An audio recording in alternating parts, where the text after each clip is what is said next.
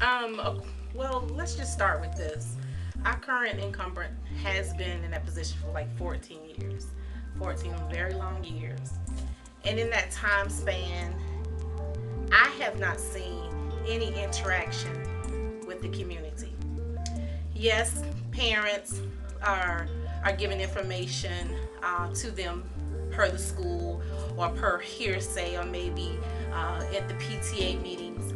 But there is so much more information that the community needs to know about how to access programs as well as gain knowledge as to what would best fit them in their current household. And there is a lack of communication in our community. Because of that, that was one of the reasons why I felt that there needs to be a change. Hi, I'm Teresa Watson. I'm your next 5th District School Board Representative.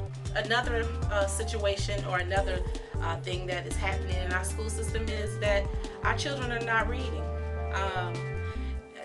One of the schools that has come off of the failing list was Haven Elementary School. And I remember when I worked at Haven back in the late 80s, going into the 90s, our children were reading on grade level. They were doing great. The teachers had more interaction in the community where and the principal had more interaction with teachers. Well, at that time, teachers were able to teach, but now the system has changed dramatically. Yeah, what has changed? Like they was able to do those things. So what do you feel? What changed? What stopped that? Or What stopped that was the sign of the times. When our state level, I can start from there. Our state level started to intervene into the educational system to, in my opinion, not to help, but has brought a hindrance. When they came out with the new evaluation system, let's start from right there, where teachers are being evaluated based on test scores. wow, Or based on gains and not based on merit of as to what they're actually teaching in the classroom.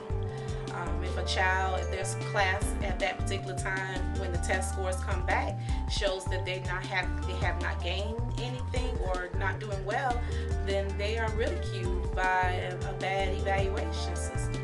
With your vote, I can set policies that are fair for all children and all school board employees. so you said these are good teachers. These are good teachers. If I believe that a good teacher is able to go get the necessary certification that they need to become a teacher, in my opinion, is ready to be named a good teacher.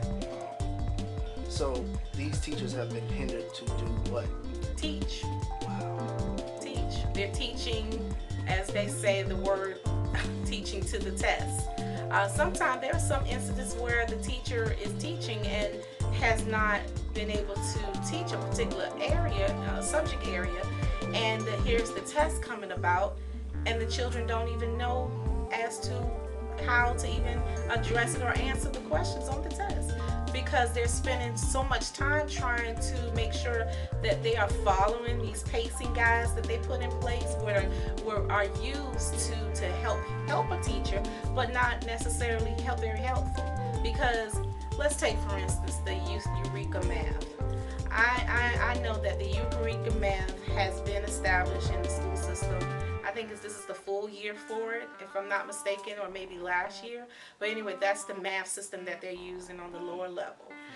It's designed to teach in a totally different way in which you and I have learned how to do math. However, but it's set up where if a teacher is going over addition, basic addition, the next day she may be implementing carrying or how to continue on that addition problem, maybe going into division. She cannot go back if a child missed that particular day of the addition problem, how to do addition problems. She cannot go back and teach that to make sure that those children have learned it. She has to continue on following the guide that they have for that Eureka Math. And I found that to be a problem. Through collaborations with our stakeholders and communities, we're going to find solutions to reverse our failing schools. Well, the one thing that I definitely want to see change is more community involvement. That's very big for me. In order to change our schools, we have to change our mindset of our community. Our community cannot keep the stigma that all the Chatham County schools are failing. That is not true. That's only based on what the state has given them the criteria as to what a failing school looks like according to the numbers. I want to take that out of their mindset.